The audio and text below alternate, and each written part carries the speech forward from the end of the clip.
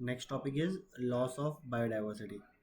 तो due to human colonization the tropical Pacific island पे 200 native birds के extinction हो गए थे और according to IUCN red list of 2004 अगर एक्सटिंक्शन हम लोग चेक करें तो लास्ट 500 ईयर्स में टोटल 784 स्पीसीज एक्सटिंक्ट हुई है, out of which 338 are vertebrates, 359 are invertebrate, and 87 are plant. And in last 20 years, there is extinction of 27 species. अगर हम recent extinction की बात करें तो सबसे पहले आता है डोडो. डोडो belongs to Mauritius. Next is quagga. Quagga belongs to Africa. Next is thylacine. Thylacine belongs to Australia. Next is stellar sea cow. It belongs to Russia. And last is not a tiger. We can say Bali, Javan, and Caspian. That is 3 subspecies of tiger. ये याद रखना, इसको क्या बोलते हैं हम लोग? 3 subspecies of tiger. तो लॉस ऑफ बायोडाइवर्सिटी में due to human colonization tropical Pacific island में 200 नेटिव बर्ड्स एक्सटेंड हो गई. IUCN रेड डाटा बुक 2004 के हिसाब से लास्ट 500 ईयर्स में 784 लोग एक्सटिंक्ट हुए, out of which vertebrates are 338, invertebrate are 359 and plants are 87. And last 20 years there are 27 extinction. The recent extinction are dodo belongs to Mauritius, बहुत important है. Quagga belongs to Africa and thylacine belongs to Australia. And stellar sea cow belong to Russia, and Bali, Javan, and Caspian are the 3 subspecies of tiger. Species facing threat for extinction are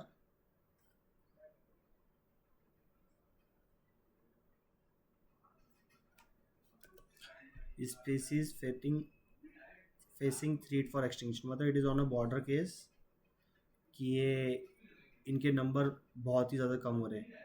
तो out of amphibian 32% are on the threat of extinction, more vulnerable. Gymnosperm 31%, mammals 29% and birds is 12%.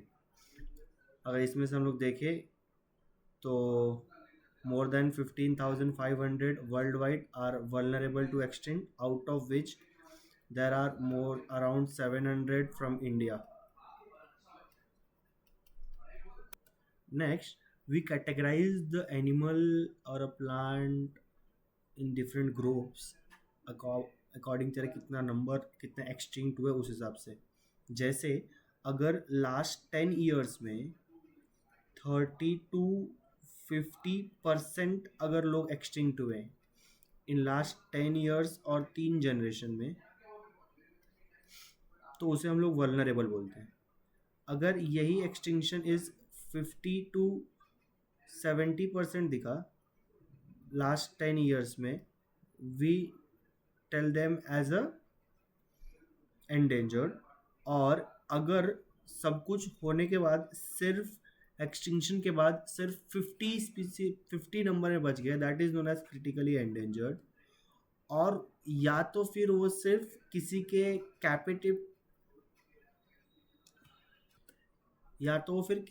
कैपिटिविटी में है, मतलब किसी की निगरानी में अगर है, तो that is known as extinct in wild. और अगर नहीं बचा, that is known as no one there, तब हम उसको क्या बोलेंगे? एक्सटिंक्ट बोलेंगे. लास्ट 10 ईयर में population is declined by 30 to 50% are considered as vulnerable. Last 10 years, population is declined by 50 to 70%. They are known as endangered. Only 50 is remaining, that is known as critically endangered. और अगर वो किसी की निगरानी में है, under surveillance है, तो that is known as extinct in wild. और लास्ट में अगर नहीं मिल रहा है तो that is known as extinction. Next, अभी जब ओरिजिन ऑफ लाइफ जब से ओरिजिन हुई है, that is 3 billion years ago, तब से लेके 5 mass extinction is already happened. 5 mass extinction is already happened, जिसे हमें पढ़ना नहीं है, बट इतना पढ़ना है कि 5 मास एक्सटिंक्शन हो चुके हैं ह्यूमन के आने से पहले। नेक्स्ट, अभी जो 6th मास एक्सटिंक्शन हो रहा है, जो एक प्रोग्रेस है, वो पिछले वाले के 10 to 1000 टाइम फास्टर है because of human activities. Next topic is causes of biodiversity loss.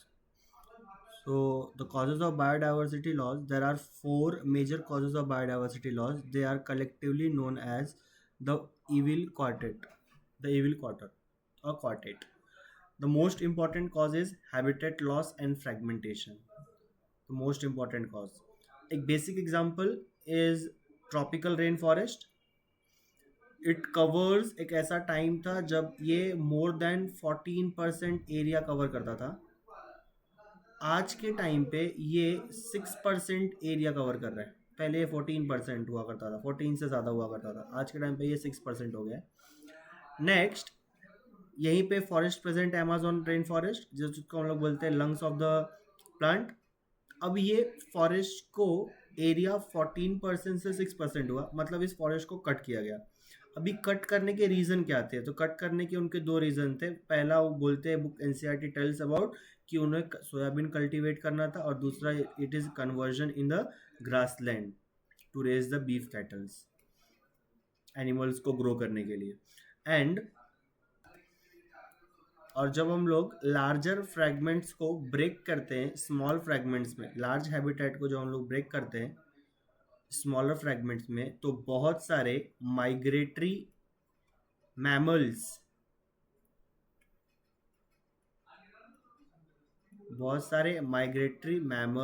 And birds जिनको लार्ज टेरिटरी रिक्वायरमेंट होती है, वो लोग भी क्या होते हैं, बहुत ज़्यादा अफेक्ट हो जाते हैं। Next cause is over exploitation. अभी ह्यूमन की जो बेसिक नीड है वो है फूड, शेल्टर, क्लोथ। जब ये नीड इनकी ग्रीड में कन्वर्ट हो जाती है, जिसकी वजह से ये चीज़ों को क्या करना स्टार्ट करते हैं, ओवर एक्सप्लॉइट करना स्टार्ट करते हैं। हमने अभी पढ़ा लास्ट 500 ईयर्स में 784 लोग स्पीसीज एक्सटिंक्ट हुए थे, जिसमें से 2 एक्सटिंक्शन थे, that is Steller sea cow and passenger pigeon. इन दोनों का एक्सटिंक्शन ये सब ह्यूमन के ओवर एक्सप्लॉयटेशन की वजह से हुआ था। नेक्स्ट, बहुत सारी मरीन फिशेस है, ये एक्सटिंक्ट तो नहीं हुई है, बट ये एंडेंजर्ड कैटेगरी में जा चुकी है। अभी हमने ऊपर पढ़ा just what is the endangered category due to the over harvesting.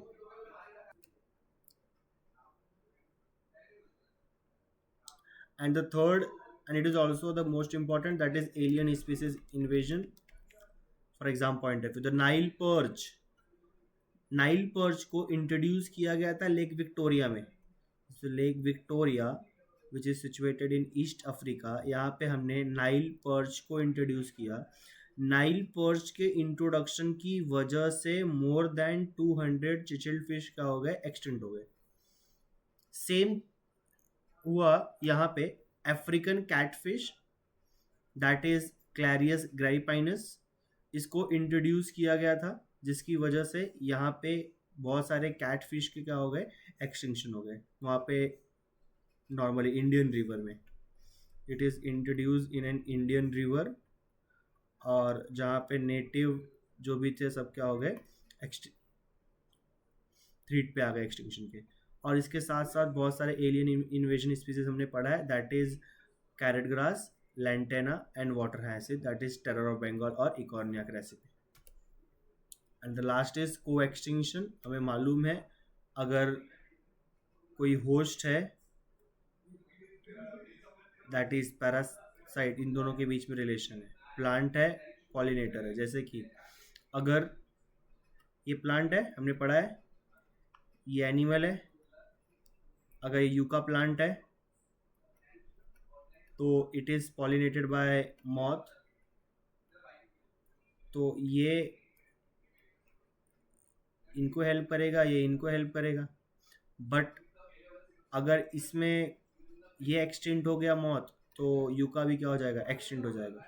This is known as को extinction. Next is effect of biodiversity loss. If biodiversity loss हो रहा है, मतलब ऑब्वियस सी बात है, नंबर ऑफ स्पीसीज कम हो रहा है ना। तो नंबर ऑफ स्पीसीज कम हो रहा है तो ऑब्वियस सी बात है प्लांट का प्रोडक्शन कम हो रहा है, क्योंकि प्लांट तो कम ही होगा। तो अगर प्लांट प्रोडक्शन कम हो रहा है तो इससे ये सीधे रिफ्लेक्ट होगा कि प्रोडक्टिविटी कम हो रही है, बराबर। प्रोडक्टिविटी क्या हो रही है? कम हो रही है। अब प्रोडक्टिविटी कम हो रही है, इसके साथ साथ नेचुरल कैलामिटीज आने के चांसेस बढ़ जाएंगे। मतलब उसके अगेंस्ट जो हमें जो प्रिवेंशन रेजिस्टेंस प्रोवाइड होता था वो हमें नहीं मिलेगा। मतलब रेजिस्टेंस कम होगा, मतलब चांसेस ऑफ नेचुरल कैलामिटीज क्या होगा? इंक्रीज हो गए। अभी अगर प्लांट कम हुआ तो ऑब्वियस सी बात है तो रेनफॉल कम होगा, रेनफॉल कम होगा तो वाटर यूज क्या हो जाएगा? इंक्रीज हो जाएगा। हर साल के प्लांट की प्रोडक्टिविटी में ग्रेटर डिफरेंस आने लगेगा ना, तो ग्रेटर डिफरेंस आने लगेगा जिसकी वजह से प्रोडक्टिविटी वेरिएबिलिटी दिखने लगेगी, और पेस्ट और रेजिस्टेंस साइकिल क्या हो जाएगा? इंक्रीज हो जाएगा। स्पीसीज एक्सटिंक्ट होना स्टार्ट होगी, और स्पीसीज अगर एक्सटिंक्ट होगी तो इकोसिस्टम की स्टेबिलिटी क्या हो जाएगी? इम्बैलेंस हो जाएगी। तो these are the various effect of biodiversity laws.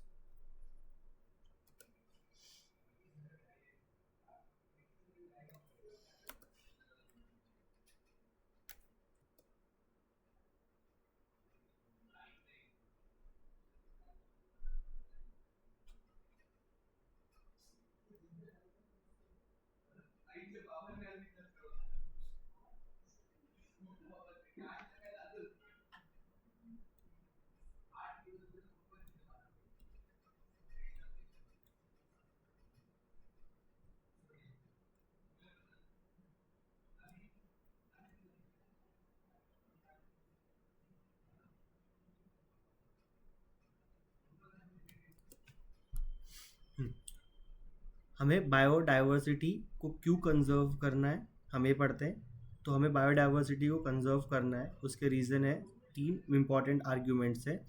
सबसे पहला इज नैरो यूटिलिटेरियन आर्ग्यूमेंट्स, जो कि हमें डायरेक्टली प्लांट्स नेचर से बेनिफिट मिल जाते हैं। जैसे कि इसमें क्या क्या है, तो सबसे पहले फूड हो गया, वुड हो गया, फाइबर हो गया, और कुछ प्रोडक्ट्स हो गए, that is tannins, lubricants, dye, etcetera etcetera. और मेडिसिनल प्लांट हो गए, जिसमें कि जो भी आज के टाइम पे मेडिसिन है, out of 25% medicine are from directly are derive from the plant, and there are 25,000 species of plant that act as a medicinal. Next is a broad utilitarian. Broad utilitarian are the indirect benefits, और इसमें हम 3 चीज़ें याद रखेंगे। सबसे पहला oxygen, next is pollination, and third is a aesthetic pleasure. Oxygen, Amazon forest से हमें टोटल 20% ऑफ ऑक्सीजन मिलता है, therefore it is considered as lungs of the planet. And next pollination, and last is aesthetic pleasure. Aesthetic pleasure में हम लोग ये birds के song, that is bulbul songs, and night blooming flowers, जो कि रात के टाइम पे वाइट कलर में ब्लूम होते हैं, this all things. And the third one last is ethical argument. यहाँ पे ऐसा है, अगर कोई इस प्लानट पे बर्थ लिया है तो they have a intrinsic value, our moral duty to protect them, और वो यहाँ पे सरवाइव कर सके, हमें उसे प्रोटेक्ट करना चाहिए। This comes under the ethical argument. Next topic is how to conserve biodiversity. तो एक एग्जांपल लेते हैं। ये एक पर्टिकुलर एरिया है, यहाँ पे कुछ लायंस प्रेजेंट है। अब इन लायंस को प्रिवेंट करना है, तो मैंने इस एरिया को ही प्रिवेंट कर दिया, लायन को अपनी जगह से नहीं हिलाया, मैंने इस एरिया को ही प्रिवेंट कर दिया। This is known as in situ conservation और ऑन साइट कंजर्वेशन। नेक्स्ट, मैंने सेम प्रोसीजर किया, मैंने इसमें इन सीटू में क्या किया, एरिया को प्रोटेक्ट करना स्टार्ट किया। मैंने एरिया को प्रोटेक्ट किया, बट उससे भी नंबर ऑफ स्पीसीज कम नहीं हुई, तो मैंने इस लायन को निकाल के किसी और जगह डाल दिया। तो मैंने इस नेचुरल हैबिटेट से एग्जिट ले लिया, that is ex situ conservation, that is also known as off site. तो इन सीटू में हम लोग पूरे इकोसिस्टम को प्रोटेक्ट करते, एक्स सीटू में हम फोकस करते उस एनिमल और प्लांट को प्रोटेक्ट करने के लिए। इन सीटू में सबसे इम्पॉर्टेंट, सबसे पहला hotspot, second is biosphere reserve, third is national park, fourth is wild life sanctuary and the last is sacred groups. 5 है। एक्सिट में बहुत सारे हैं, botanical garden, zoological park, wild life safaris, cryo preservation, tissue culture method, in vitro fertilization, seed bank, pollen bank, gene bank and field gene bank, aquarium and the home garden. बहुत सारे इसमें से, we will study one by one.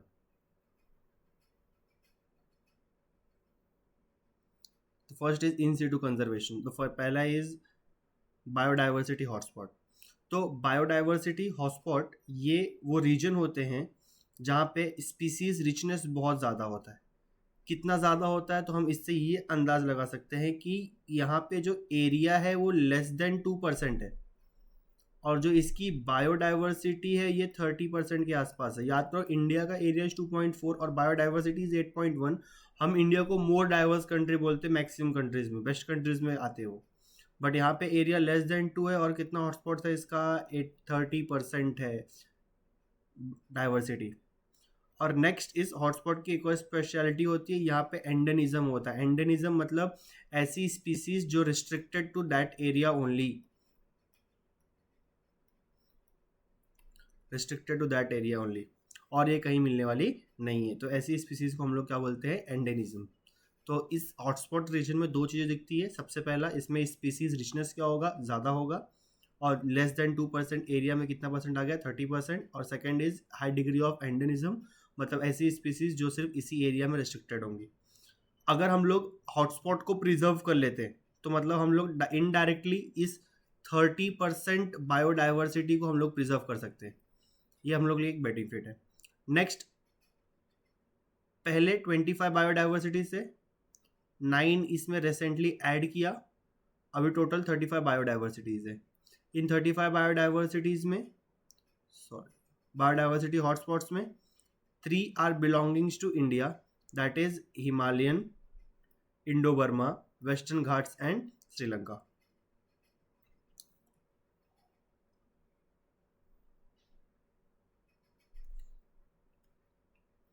Next is national park, also considered in situ conservation. There are 90 national parks and wildlife sanctuaries. There are 448 wildlife sanctuaries and biosphere reserve. There are 14 bioreserves in India. अब biosphere reserves को हम लोग अलग अलग Jones में divide करते हैं। This is central zone, ये उसके बाहर वाला जोन, और ये सबसे बाहर वाला zone. The central zone is known as core zone. Next, this is known as buffer zone, और ये सबसे बाहर वाला is known as transition zone. In core zone, no human activity is allowed.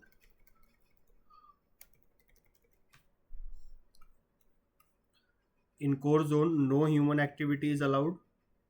In buffer zone, limited human activities is allowed. For example, tourism, research, monitoring, etc., etc. And in transition zone, all human activity is allowed. तो जो भी habitat होगा जिसको preserve करना है हमें, उसे हम लोग कोर जोन में रखेंगे। वहाँ पे कोई भी ह्यूमन एक्टिविटी को अलाउ नहीं करेंगे, जिसकी वजह से उनको देखभाल होगी। नेक्स्ट, अगर इनके ऊपर स्टडी करना है तो कुछ भी करने के लिए हमें कहाँ रहना पड़ेगा, इस बफर जोन के अंदर रहना पड़ेगा, और यहाँ से हम लोग रिसर्च वगैरह, स्टडी, ह्यूमन सेटलमेंट यहाँ पे अलाउड होता है। और फिर आता है सबसे बाहर वाला जोन, जहाँ पे सारी एक्टिविटीज़ को अलाउ करते हैं, कुछ भी रिस्ट्रिक्टेड नहीं होता है। And the last is sacred groups. तो सैक्रेड ग्रुप्स ये रिलीजियस और कल्चरल ट्रेडिशन होते हैं, जो पर्टिकुलर एरिया होता है, जैसे कुछ ट्राइब्स होते हैं, तो they consider as a mother, और उन्हें हम लोग को प्रिवेंट करना होता है। जैसे मेघालय के केस में Khasi and Jaintia hills are in Meghalaya, Aravalli hills in Rajasthan, western Ghats are Karnataka and Maharashtra, and Surguja, Chandra and Bastar area of Madhya Pradesh. तो ये इंपॉर्टेंट है, डायरेक्ट नाम लर्न करना है। Next is ex situ conservation. अब यहाँ पे बोटेनिकल गार्डन हम लोग यूज़ करते हैं मेनली फॉर प्लांट्स, तो बोटेनिकल गार्डन में हम लोग प्लांट को प्रिवेंट करेंगे। Zoological park normally animal, wild life safaris में हम लोग एनिमल को ऑब्जर्व करते हैं on moving vehicles. Cryopreservation stored at in a liquid nitrogen that is -196 degree Celsius. Tissue culture method, cells उसका मेंटेन रखेंगे जैसे स्टेम सेल रखते हैं और फिर उससे उसका ग्रो करेंगे। Next is in vitro fertilisation, seed bank, pollen bank, gene bank, ये सब ने पढ़ा है। तो these are the examples of ex situ conservation. Next is the last topic, there are two events occurred. तो सबसे पहला, the historic convention of biodiversity, that is the earth summit in the year 1992 held in Rio de Janeiro for the for biodiversity conservation. And the next is the world summit in the year 2002 on the sustainable development. Sustainable development का मतलब हमें आज की need को पूरी करनी है और विदाउट कॉम्प्रोमाइजिंग द फ्यूचर। और ये रखा गया था कहाँ पे, जोहानिसबर्ग में इन साउथ अफ्रीका, और 190 कंट्रीज थे जिन्होंने इसमें पार्ट लिया था to achieve goal by 2010। So 190 countries pledged their commitment to achieve by 2010। और ये क्या अचीवमेंट था, to reduce current rate loss of biodiversity. और इसी का चैप्टर होगा।